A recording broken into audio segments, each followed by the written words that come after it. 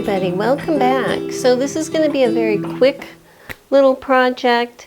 Hopefully it's a quick project. And just, to let you know, full disclosure, I actually started this and started filming it a couple days ago, but I was not pulled together enough to want to turn the camera on up here, so I've already gotten started with the project. And basically it's just a simple little bucket hat, I guess that's a thing. But I need a little hat that I can have on my head to cover my ears and stuff while I'm mowing, because the only other summer hat I have is this really big floppy straw hat, and it's just blowing everywhere and really annoying me. And today it's a rainy day, so I'm gonna go ahead and finish this up. So this is a free downloadable pattern, and I'm gonna link to it in the description. It is from the _Essentials Club. It's just a very simple, circle, brim, and hat band.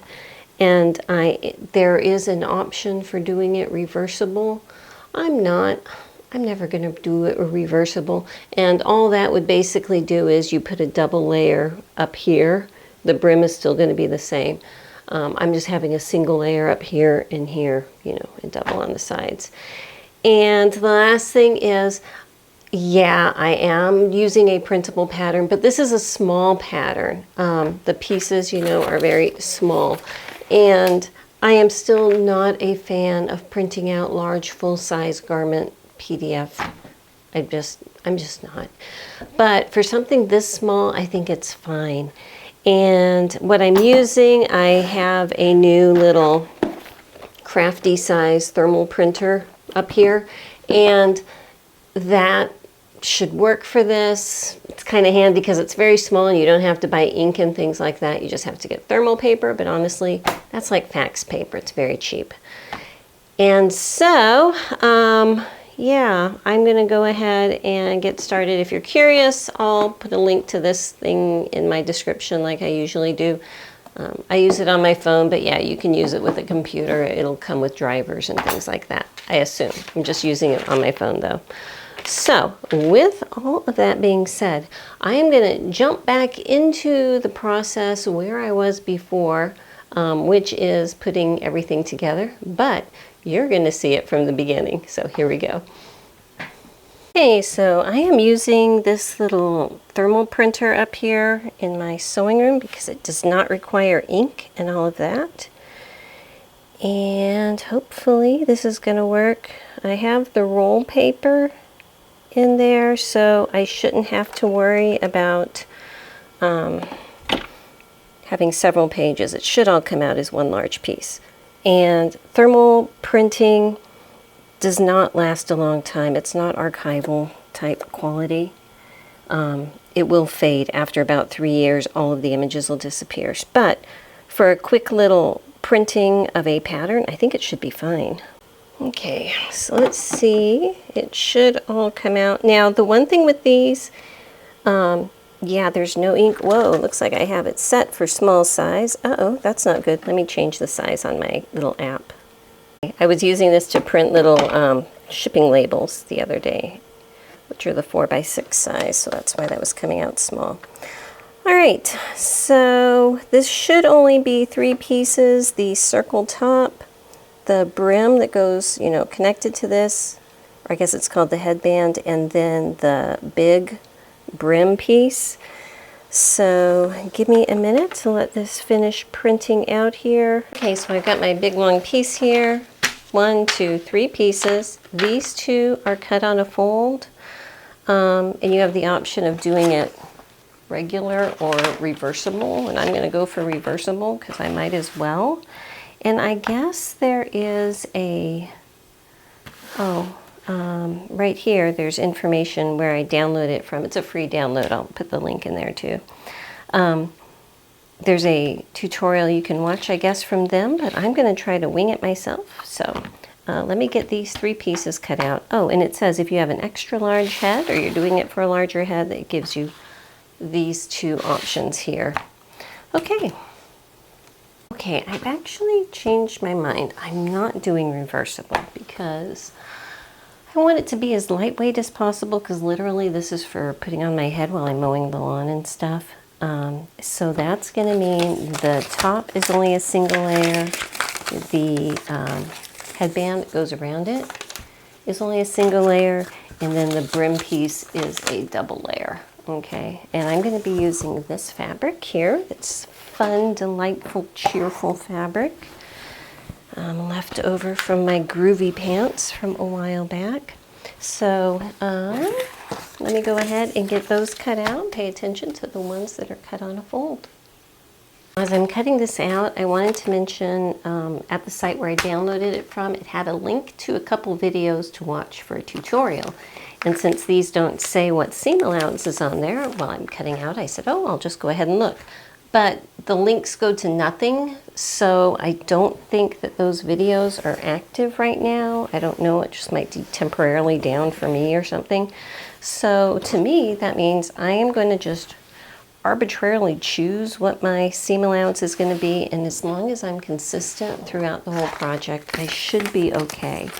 So since it's a smaller project, I'm going to use a smaller seam allowance. I'm going to call it 3/8 of an inch for this, and I think that that's going to work out. I'm going to start with my little headband piece here. I have 2 of them. They're just cut on a fold. So I'm going to open them up this way, put them right sides together, and sew up these both side seams at 3/8 of an inch. After I have that sewed, I'm just going to serge them. You know, it's just a little bucket hat. I'm not going to worry about being politically correct in the sewing world of pressing all my seam allowances open. It'll be fine. So straight stitch and then serge, and that's pretty much going to be my method for this hat. Okay, so now that that is done, I'm going to get my top. Okay, and the smaller part up here, it kind of flares out.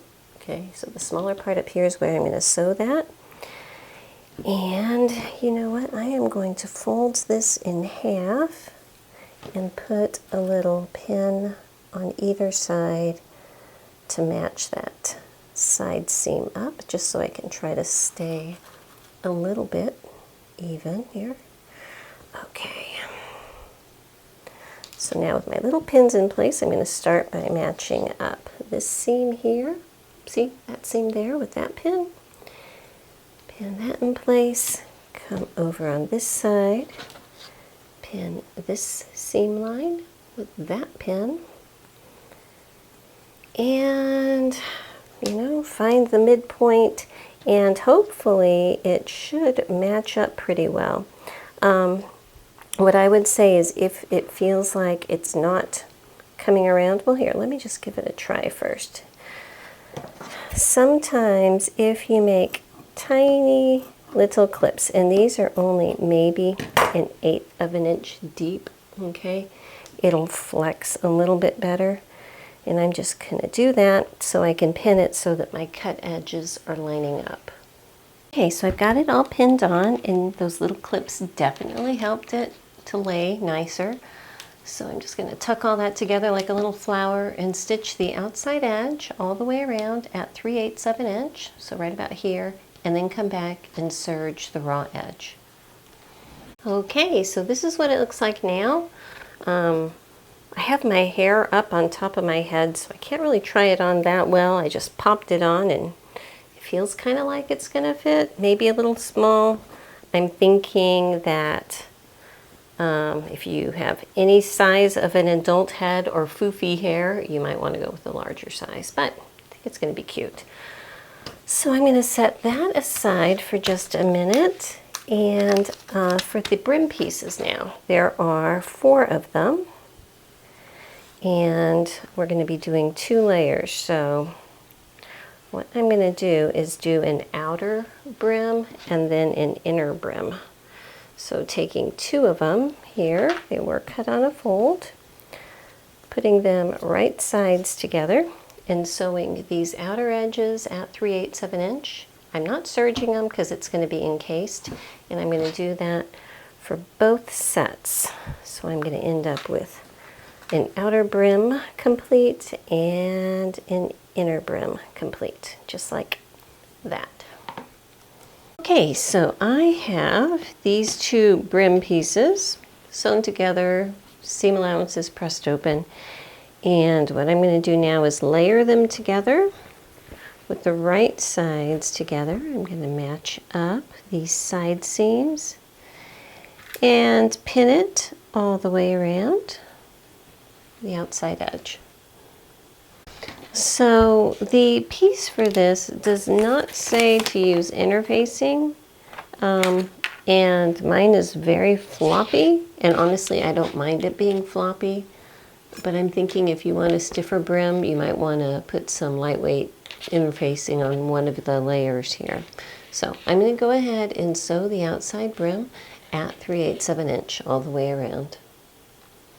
Okay, so I've got it sewn together there, and just to make my life easier when I have to go to press this brim, I am going to understitch it. So basically I'm just picking this to be my facing underneath side, that's my above side, and I'm pushing underneath here the seam allowances to the underneath side. Okay, so they're all that way, and then I'm going to come back and on the outside make a row of stitching right over here. Okay, if you can see, there's my seam line right over here going all the way through both of the seam allowances, okay, all the way around. Okay, I'm not sure if you can see, but that's my understitching there. So I'm just going to go ahead and press this now, folding it in its finished look, and by understitching it, it's going to make this a lot easier because it's naturally going to want to kind of make that fold right there. So I'm just going to come around and do a little at a time until I have worked myself all the way around my brim. At this point, I am telling myself and telling you at this point that if I'm ever going to do this again, I would definitely do the larger head size. I'm thinking that this smaller size is for a large child or just someone with a very small head, you know. But we will make do, and since it's fabric, I can always kind of modify that.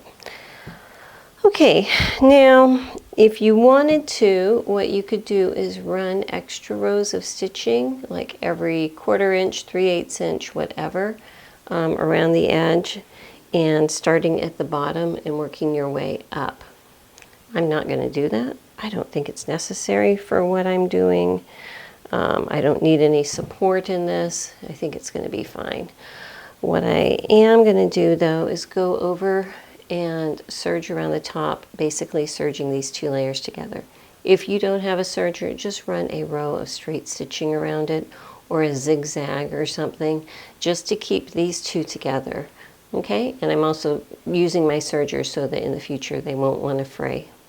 Now I want to point out, there is another way to do this where I'm going to show you my way, but the other way is that you only sew on 1 layer at a time. Actually, it would be the top layer, okay? And then you would tuck all your seam allowances from the brim in, and then probably turn under and whip stitch down the inner layer. It's going to be a usable hat to me. I want to do this the quick and easy way, so that's why I'm going the route I am. And because I serged around this edge here, I'm going to go ahead and serge around the entire bottom edge here, just so that that is out of the way. Okay, so here is my top of my hat, side seams, and this is the bottom, the side where my understitching does show, of my brim. And I'm just going to pop this over